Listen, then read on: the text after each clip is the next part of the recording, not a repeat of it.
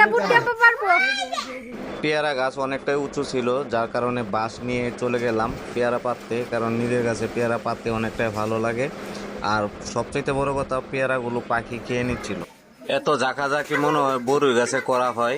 আমি পেয়ারা গাছে এত ঝাঁক পাইতেছি, তারপরে পড়তেছেন।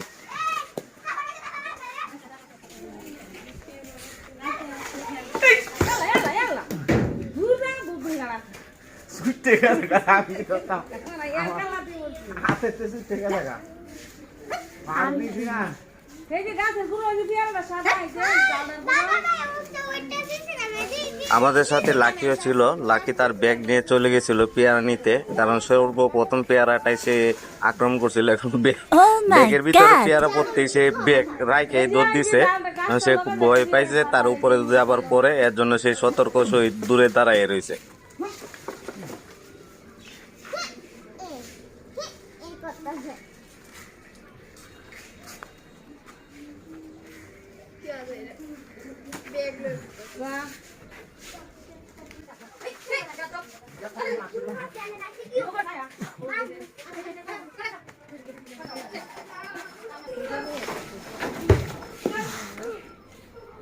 তোর ফুল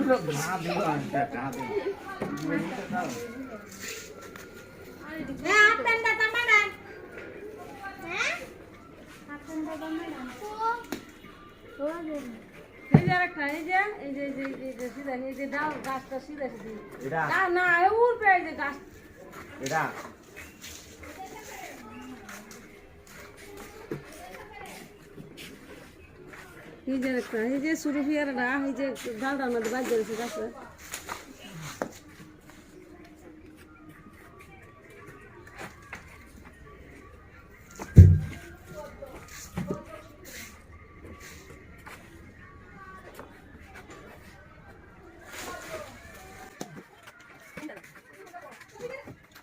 এই যে একটা ফিয়ারা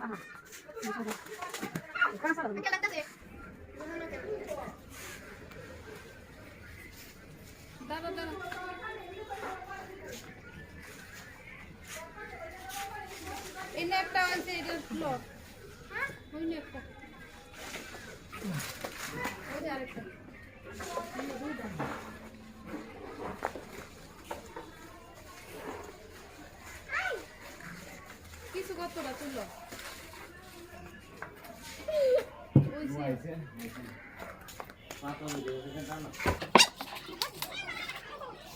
এই যে একটা ফিয়ারা এই যে একটা ফিয়ারা এই যে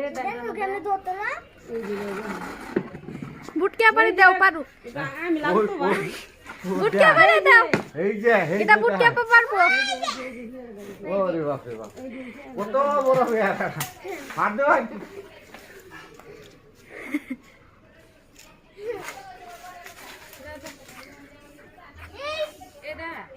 এটা খাইছে কি না কোনো বললো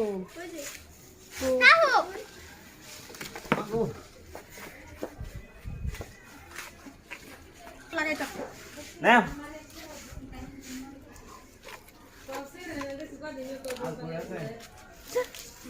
আর কই আছে গো? এদিকে তা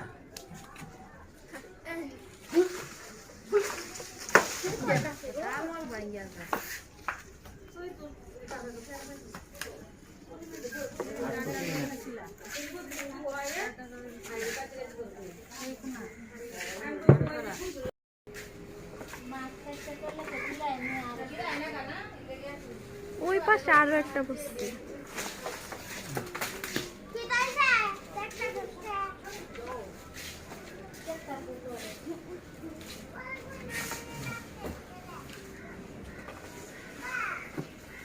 এইটা তো তোমারই না।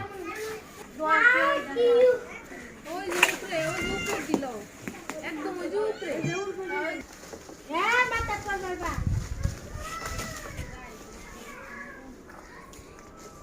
দিই সোরা সোরা পিতে সোরা দিই না, আমি পিতে মাথায় দুধ পাই। রান্না দিকে আটা গুদা লাগবো